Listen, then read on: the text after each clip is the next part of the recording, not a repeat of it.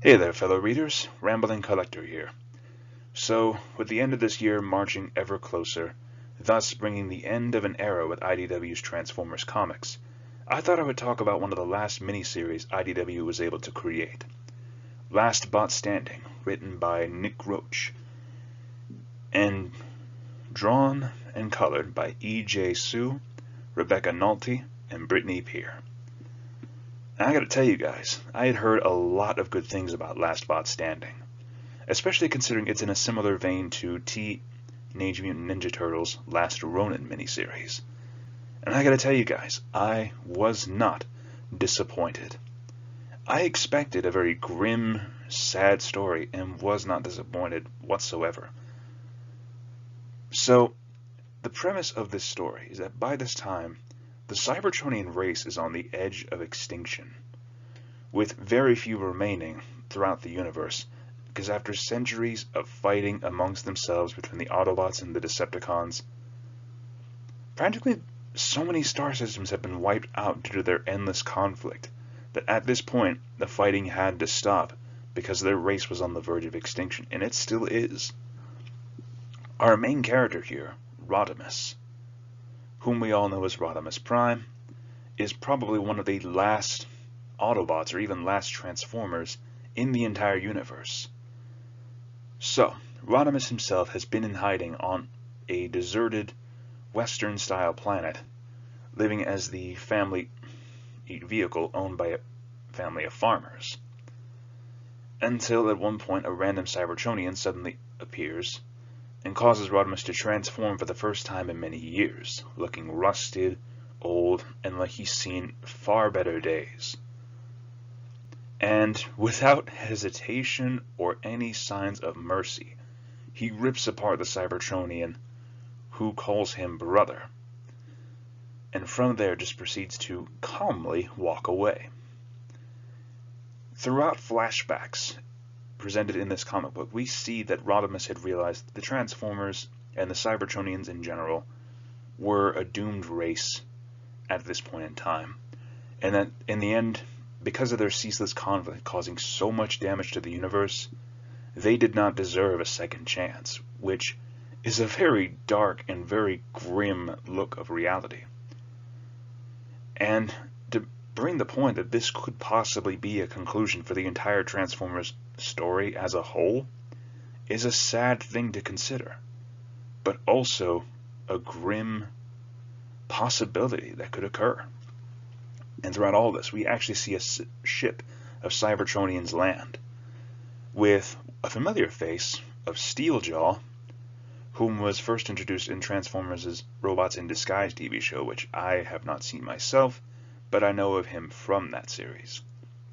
But more than that, we actually see Wheelie, once a tiny little Autobot, now reduced to nothing more than a head, who comes up with the radical idea of converting organic matter into fuel for the Transformers just to continue their survival, as slim as it is. Rodimus, of course, he fights against this because he lives in that village with that family, along with all the other villagers, knowing that these Cybertronians would not hesitate to grind them up into fluid, into fuel for them to consume. Like the Transformers at this point, they have altered their bodies to actually take in this processed organic fuel that they have to use just to survive. Like they can no longer use pure energon because it is such a rare source of a rare resource at this point. Energon is completely scarce to the point that they've had to resort to this to survive. It's dark and messed up. And again, Rodimus' conviction that they do not deserve a second chance in this universe is a sad state when Hot Rod was such a bright-eyed youth, wild and crazy and full of life. To see him this defeated, this downtrodden, is heartbreaking. But throughout all of this, we see him still having the resolve to defend the family that he has lived among for countless years at this point. And at one point, the young girl who bonds with Rodimus as a friend actually finds this rare sliver, this key of pure energon, which restores Rodimus back to his prime health and state. And with this increased power, he is able to wipe the floor with some of these Cybertronians. And eventually, Steeljaw actually finds a message with 2 more of these energon keys. And realizing that Rodimus knew the secret of the planet that he's on, that beneath the planet's crust is a massive cache of pure raw energon that could be processed and used to possibly elongate the Cybertronians' life, to restore them to their prime. And he chose never to say anything, believing that Cybertronians needed to perish, that they did not deserve longer. And Steeljaw fights Rodimus about this. Hell, at one point he actually believes that since none of them can get the energon, then nobody can have it, and he plans to blow up the planet. And like I mentioned before, through flashbacks, we discover that these 3 keys were meant not just for Rodimus, but for 2 of his companions, both of whom wound up abandoning Rodimus because they believed that Cybertronians did deserve a chance. They still had hope for their race, which Rodimus did not, and he wound up actually taking them down himself because of the secret of that raw energon stash.